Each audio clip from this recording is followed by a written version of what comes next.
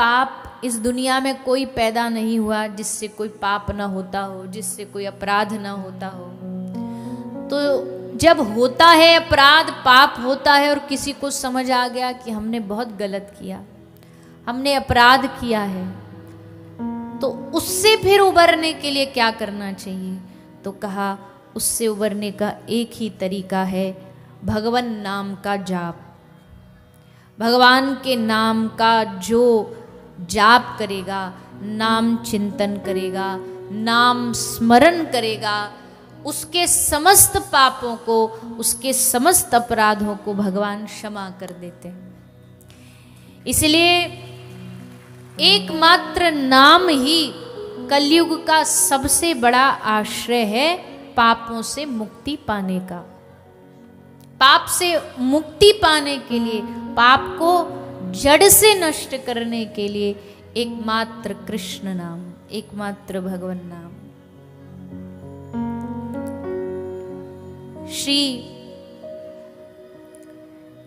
श्रीमन चैतन्य महाप्रभु से लोगों ने पूछा, हे महाप्रभु, कलयुग आ रहा है, चल रहा है, आगे और बढ़ेगा, आगे और बढ़ेगा, तो ऐसे बढ़ते हुए युग में, ऐसे बढ़ते हुए पाप के युग में कैसे भगवान से लोगों को जोड़ा जाए?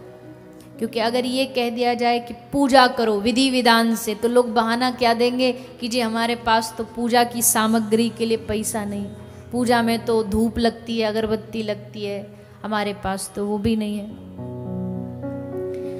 तो महाप्रभु ने कहा कि कोई कुछ भी ना करे तो तुम नाम भगवान के आश्रित हो जाओ। नाम में ना अगरबत्ती लगती है, न फूल लगता है, ना कोई सोने का सिंहासन की जरूरत है, जीव ही सिंहासन है और उस पर नाम भगवान को बिठा दो। उस पर नाम भगवान को बिठा करके महाप्रभु कहते, कोई बुरे से बुरा व्यक्ति भी इतने पाप नहीं कर सकता जितना नाम पापों की सफाई कर सकता है। कोई इतने पाप नहीं कर सकता जितना नाम भगवान का सब पापों को नष्ट कर सकता है। इतनी सामर्थ्य है भगवान के नाम।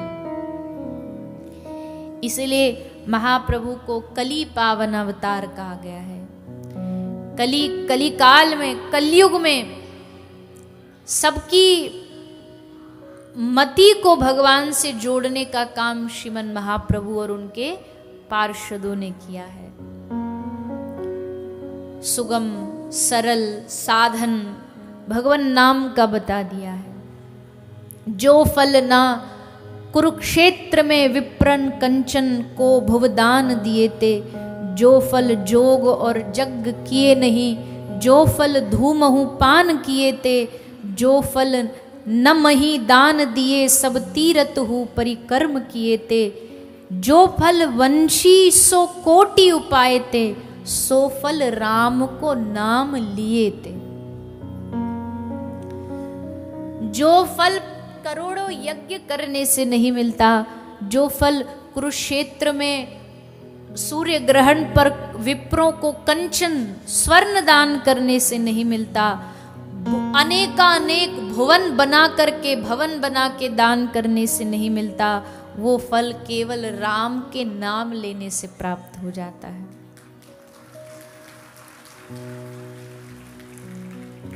इसलिए श्रीमन महाप्रभु ने अपने जितने भी गोस्वामी गण थे सबको भेजा चारों तरफ। कुछ वृंदावन गए, कुछ उड़ीसा प्रांत चले गए, कुछ बंगाल में रह करके, नवद्वीप में रह करके नाम प्रचार करते रहे। महाप्रभु अपने परिकरों को, श्री नित्यानंद महाप्रभु को, श्रीवास पंडित को, सबको कहते कि तुम घर घर गांव गांव जाकर के नाम की भिक्षा मांगो। दुनिया मांगती है रोटी की भिक्षा, आटा दाल चावल की भिक्षा, तुम कृष्ण नाम की भिक्षा मांगो। तो महाप्रभु के पार्षद घर घर जाते और यही मांगते, मेरी झोली में भिक्षा डालो, तुम एक बार हरे कृष्ण हरे राम गा लो। जो नहीं भी कहता उसके पांव पकड़ पकड़ कहते भैया तुम एक बार हरे कृष्ण हरे राम गा लो। यही भिक्षा मांगी महाप्रभु के पार्षदों ने, परिकरों ने। तो आप सब तो उसी भूमि के हो जहाँ महाप्रभु प्रगटे हैं, बंगाल की धरती के हो। तो आप सबके हृदय में तो महाप्रभु के उपदेश, उपदेशामृत, शिक्षामृत, जो उनकी शिक्षाएं हैं, जो उनके उपदेश हैं, वो हृदय में बैठ जाने चाहिए। और सबसे बड़ा महाप्रभु का उपदेश यही है, बस खाइते सोइते यथा तथा नाम लोए, जगते सोते जहां याद आ जाए, गौरांग बोली ले, गौरांग जो पी ले, होए दुखेरो अवसान रे। तो महाप्रभु ने यही उपदेश दिया है, यही कहा है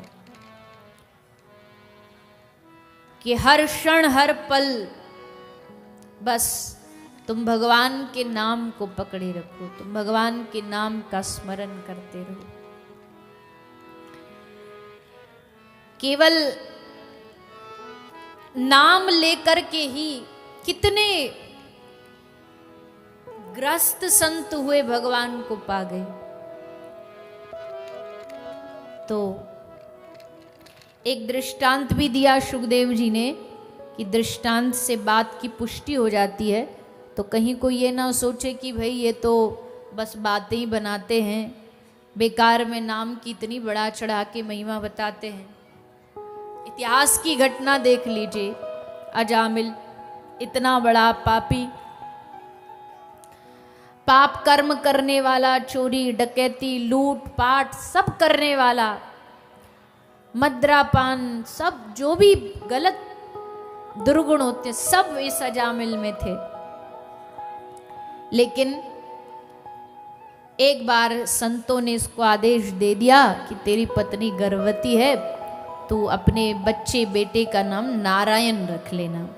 वैसे तो तू नाम लेगा नहीं भगवान का, कम से कम इस बालक के सहारे दिन में 2, 5, 10 बार तेरे मुंह से भगवान का नाम तो निकलेगा। तो अजामिल ने वो बात मान करके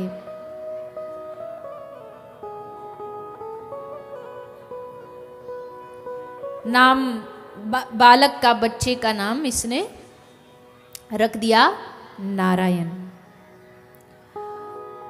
और इतनी सी बात ने ही इसके जीवन में बदलाव, परिवर्तन की एक वायु हवा चला दी।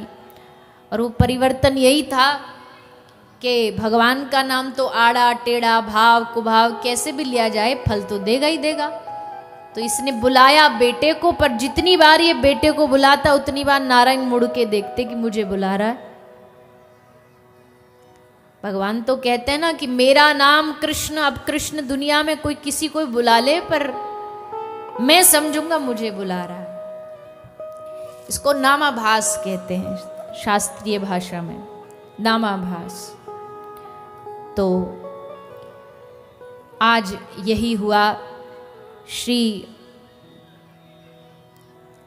नारायण नाम करते करते अजामिल का अंत समय, उस समय भी मुंह से नारायण निकल गया और काम बन गया अजामिल का।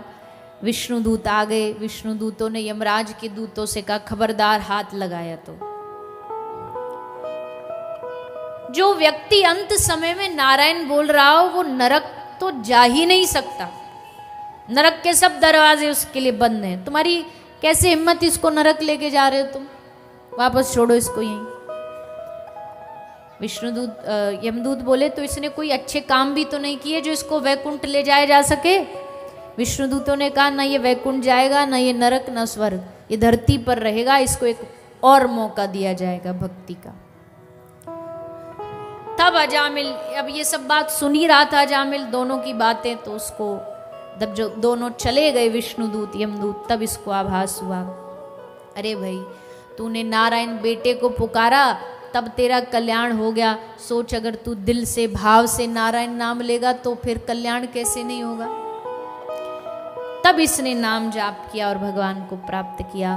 तो ऐसा पाप वृत्ति में डूबा जामिल भी जब नाम लेता है तो उसका उद्धार होता है। लेकिन इस नाम के गुण बहुत हैं, पर इसमें अपराध भी हैं। 10 नामा अपराध हमारे परंपरा में बताए जाते हैं। नाम के 10 अपराध भी हैं, उनसे बचना चाहिए। नाम को किसी लौकिक व्यवहार के लिए उपयोग नहीं करना चाहिए। कई सारे अपराध हैं, उनसे बचना चाहिए, तब नाम फलीभूत जरूर होगा।